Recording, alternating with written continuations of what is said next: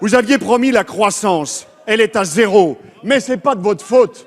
Vous aviez promis de l'emploi et le chômage va battre son record historique alors que vous serez depuis 1 an à Matignon, mais ce n'est pas de votre faute.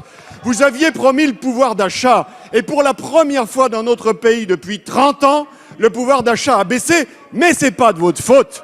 Vous aviez promis de faire payer les riches, mais les riches sont partis et c'est les classes moyennes qui payent, mais ce n'est pas de votre faute.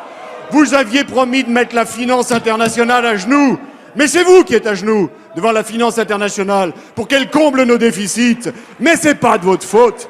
Vous aviez promis la République irréprochable et vous avez osé nommer Ségolène Royal à la tête d'une banque publique, mais ce n'est pas de votre faute. Vous nous aviez promis une majorité exemplaire et toute la France sait ce qu'il en est de votre majorité exemplaire, mais c'est toujours pas de votre faute. Monsieur le Premier ministre, ce n'est pas une boîte à outils qui vous a donné le président, c'est une boîte à gifles.